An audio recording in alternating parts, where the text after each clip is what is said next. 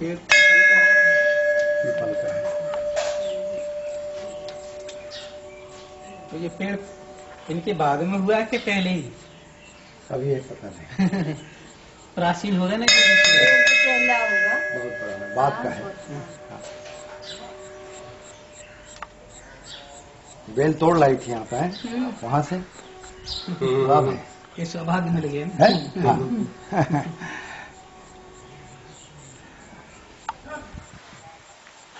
भोलेनाथ।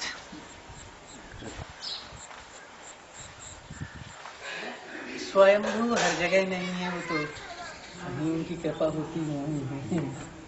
सामने पार्वती मंदिर ये है, यहाँ से 7-8 किलोमीटर में गाँव है, वहाँ के किसान